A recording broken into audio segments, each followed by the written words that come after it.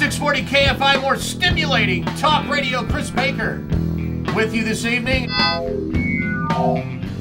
Here it is, the one you've been waiting on, the one you've been hyped about already for the last 3 months. Now is the time to ask about the responsibility of the media to deal well with the trust that we gave them. Now is the time to open the question of the fairness doctrine again. There are the powerful elite in this city who don't like what happens on talk radio. Makes their lives uncomfortable. Talk radio defined it without us. Talk radio, or in some cases, hate radio.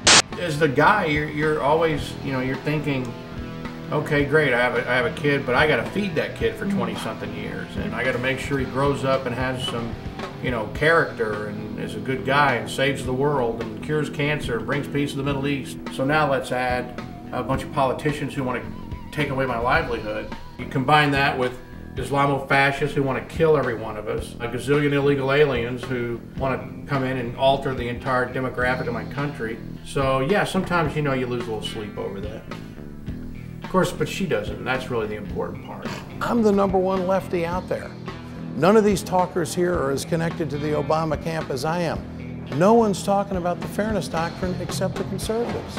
I do believe in fairness. I remember when there was a fairness doctrine. The bottom line is they're out there and they don't like the fact that people choose to listen to an alternative source. So they want to silence it. What I've asked is for our committee's work to include a revisiting of the fairness doctrine. It's about silencing political opposition.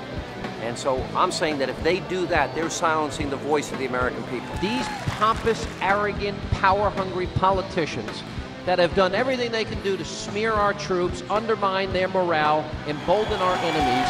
They would prefer to take Osama bin Laden, drag him out of his rat hole in those caves of Afghanistan and Pakistan, and make him a rock star with the Grecian formula in his beard.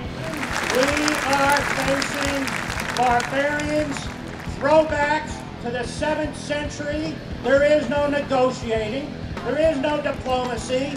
They only understand one thing, and that's fear. A nation that is afraid to let its people judge the truth and falsehood in an open market is a nation that is afraid of its people. Mr. President, I'm not afraid of the people, but I am afraid of the government stepping in and regulating content. Let the people decide, let the market decide, let the First Amendment flourish.